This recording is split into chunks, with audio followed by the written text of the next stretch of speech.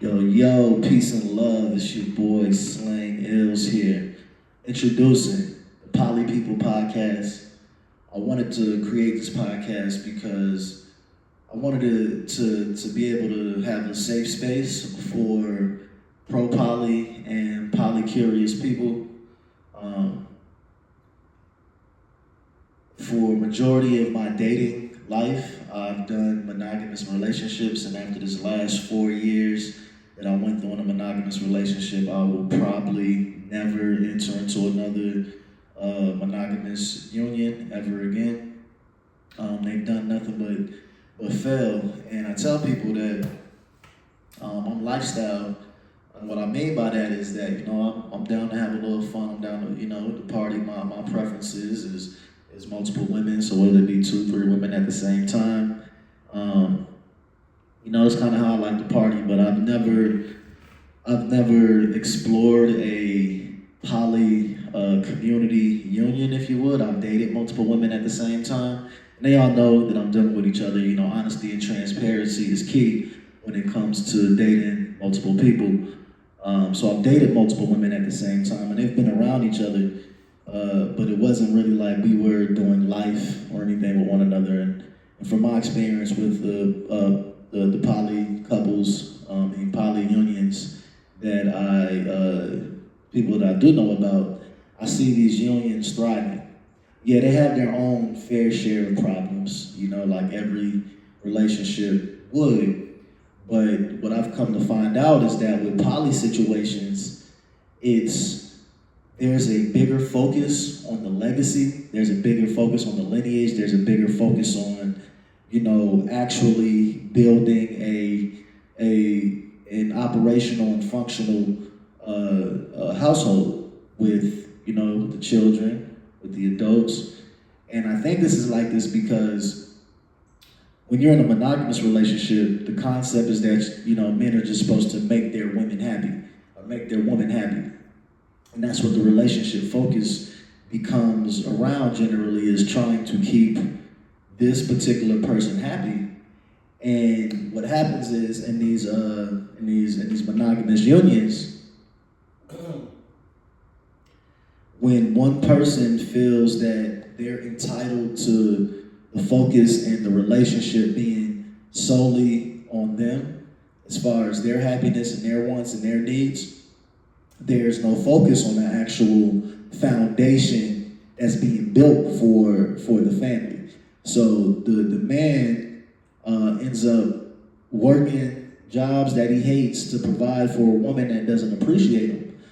In conjunction to poly unions, it seems that you got your situations where there's going to be competition and jealousy amongst the co-wives, but the successful ones that I've seen, the co-wives are just as in love with each other as they are with the man that they're building with. And some women believe that polyamory is about a man having enough money to pay to have 2 women living in the house, 2 to 3 women living in the house, so he can have sex with multiple women. And for some men, that might be, what their poly experience and adventure is. But ultimately, when you look at what polyamory is and what it was supposed to be, it's a baseline foundation to create strong lineage and legacy. One woman can only have one child within a 9-month period, and she needs time to heal up, and having to do that again and again and again. You can only produce so many offspring in that model.